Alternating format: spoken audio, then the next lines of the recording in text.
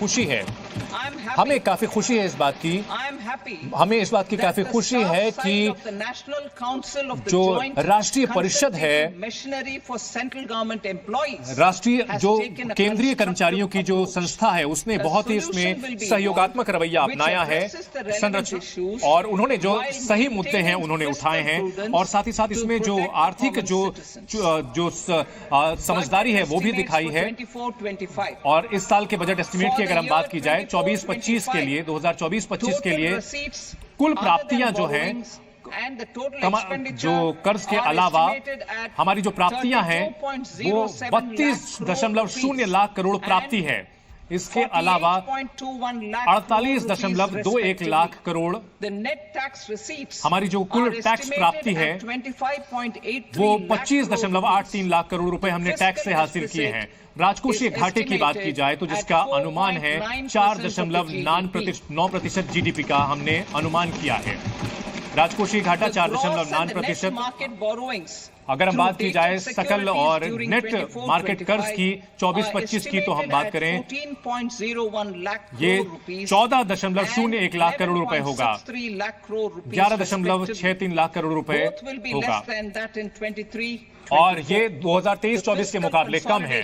और हम वित्तीय मजबूती की ओर आगे बढ़ रहे हैं। 2020-21 में हमने जो कदम उठाए थे वो काफी अच्छे रहे हैं अर्थव्यवस्था के लिए, और हमने जो राजकोषीय घाटा को कम करने की कोशिश की है। अगले साल हम इसे 4.5% लक्ष्य रखना चाहते हैं। हमारी कोशिश ये है कि 2026-2027 के आगे हमारी कोशिश ये होगी कि हमारी जो राजकोषीय घाटा है वो हर साल वो इतना कम हो कि हमारा जो केंद्र सरकार हो वो लगातार कम होता जाए और जीडीपी के कुल आंकड़े के कम ओर जाए। अब हम इसके दूसरे हिस्से की ओर बढ़ना चाहेंगे अपने भाषण के। इनडायरेक्ट टैक्सेस, अगर अप्रत्यक्ष करों की बात की जाए, इनडायरेक्ट टैक्सेस की बात की जाए तो सबसे पहले हम जीएसटी से शुरुआत करेंगे। और ये tax incidence on the common man, इससे आम आदमी पर जो टैक्स का बोझ था वो कम हुआ था, और जो कारोबारी और हमारे उद्यमी हैं उनको इसका फायदा मिला है, और केंद्र और राज्य सरकारों का जो की कमाई है वो बढ़ी है, और ये जबरदस्त तरीके से जीएसटी कामयाब रही है, और जीएसटी का जो फायदा है वो काफी बढ़ा है। और हम आगे हमारी कोशिश ये है कि हम इसको और भी तार्किक बनाएं, सरल बनाएं। टैक्स स्ट्रक्चर को हम कम करना चाहते हैं, और हम चाहते हैं कि बाकी जो क्षेत्र हैं उनको भी हम इसमें शामिल करें। कस्टम ड्यूटी के लिए हमारा जो प्रस्ताव है वो कुछ इस तरह से है। हमारी कोशिश ये है कि जो हमारा घरेलू जो उत्पादक है उसको फायदा मिले, हमारा जो निर्यात है वो आगे बढ़े, हमारे निर्यातक जो है वो बेहतर तरीके हो सके, और टैक्सेशन की प्रक्रिया वो कम हो, और आम लोग और जो आप उपभोक्ता है उसको कम मिले। 2022-23 में हमने कस्टम ड्यूटी के जो दरें थी उसको कम किया है, और हम एक विस्तृत यहाँ जो हमने जो है बदलाव किया। अगले 6 महीने के लिए हम और इसे लागू करना चाहेंगे, और इसको हम तार्किक बनाना चाहते हैं ताकि कारोबार की सुगमता बढ़े और ड्यूटी की जो की संख्या है वो कम हो। और हम सेक्टर से जुड़ी हुई आपको अब ड्यूटी की जानकारी देते हैं। मेडिसिन और मेडिकल जो उपकरण होते हैं उसको लेकर के कैंसर पेशेंट्स को राहत देने के लिए हम प्रस्ताव देते हैं कि 3 और जो दवाएं हैं उसको पूरी तरह से राहत देते हैं, कस्टम ड्यूटी से बाहर करते हैं उससे। कैंसर पीड़ितों के लिए 3 और दवाओं को हम कस्टम ड्यूटी से बाहर करते हैं। और इसके अलावा हम एक और प्रस्ताव देना चाहते हैं बीसीडी में एक्सरे ट्यूब पर और फ्लैट पैनल जो डिटेक्टर होते हैं जिसका इस्तेमाल मेडिकल एक्सरे मशीन में किया जाता है, उसको फेस मैन्युफैक्चरिंग प्रोग्राम में हम लाना चाहते हैं ताकि वो हमारी जो घरेलू हमारा जो बनाने की क्षमता है उसके जरिए हो सके। मोबाइल फोन और उससे रिलेटेड जो उपकरण है, हमारा जो घरेलू उत्पादन है वो 3 गुना बढ़ा है, और हमारा निर्यात जो है लगभग 100 गुना बढ़ा है पिछले कुछ 6 सालों में। तो भारत की जो मोबाइल इंडस्ट्री है वो बहुत मजबूत हो चुकी है, और हमारे जो उपभोक्ता हैं उनके हित में हम एक प्रस्ताव देना चाहते हैं कि बीसीडी जो है वो मोबाइल फोन में पीसीबीए इन सब पे हम कम करना चाहते हैं, कस्टम ड्यूटी को हम कम करना चाहते हैं। क्रिटिकल मिनरल्स, अगर अहम खनिजों की बात की जाए जैसे तो लिथियम, तांबा, कोबाल्ट और जो रेयर अर्थ मिनरल्स होते हैं ये बहुत जरूरी होते हैं आर्थिक हमारे अणु ऊर्जा के लिए और इसके अलावा स्पेस टेलीकम्युनिकेशंस के लिए बहुत इनकी जरूरत होती है। तो हम यहाँ पर इनके ऊपर जो कस्टम ड्यूटी लगती है 25 उत्पादों को, 25 जो अहम मिनरल हैं, अहम खनिज हैं, उनको इससे बाहर करते हैं।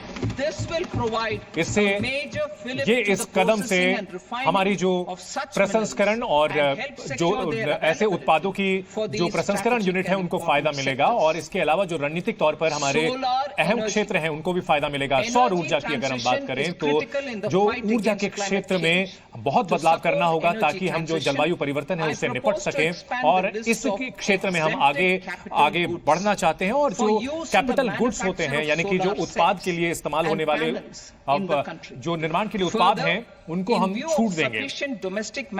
हमारी जो घरेलू डोमेस्टिक इंडस्ट्री है वो काफी मजबूत हो चुकी है। I propose not to extend the exemption of custom duties provided to them. तो इसके अलावा जो कस्टम ड्यूटी अब तक दी जा रही थी वो अब बंद की जा रही है। मरीन प्रोडक्ट्स की अगर बात की जाए तो जो समुद्री जो भोजन होता है वो लगातार बढ़ता गया है और 60,000 करोड़ रुपए का ये बन चुका है।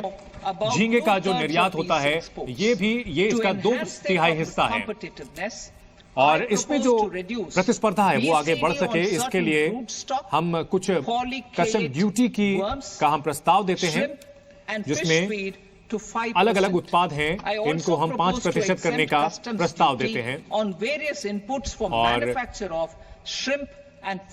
तो झींगे और मछली का जो उत्पादन होता है इसमें भी हम कस्टम ड्यूटी की बात कर रहे हैं। चमड़े के लिए, चमड़ा और जो टेक्सटाइल उद्योग है इसके लिए हम जो कस्टम ड्यूटी है उसको कम करना चाहते हैं। तो यहाँ पर डक और गूस के जरिए जो उत्पाद आता है उसमें हम कस्टम ड्यूटी घटा रहे हैं। तो चमड़े से जुड़े हुए जो उत्पाद हैं उनका निर्यात इससे बेहतर हो सकेगा।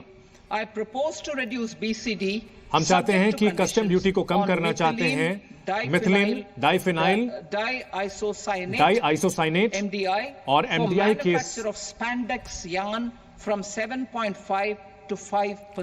हम 7.5% से घटाकर 5% ड्यूटी कर रहे हैं ताकि जो है जवाबी हमें कस्टम ड्यूटी का सामना ना करना पड़े। इसके अलावा चमड़े पर जो टैक्स लग रहा है उसको भी हम तार्किक करना चाहेंगे।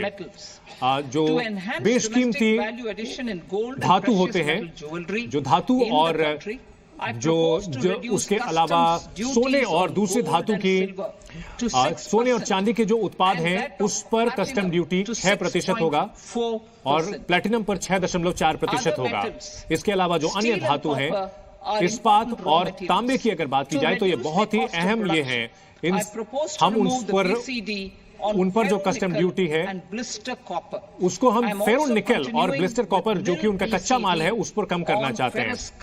फेरस स्क्रैप पर हम पूरी तरह से कस्टम ड्यूटी खत्म कर रहे हैं।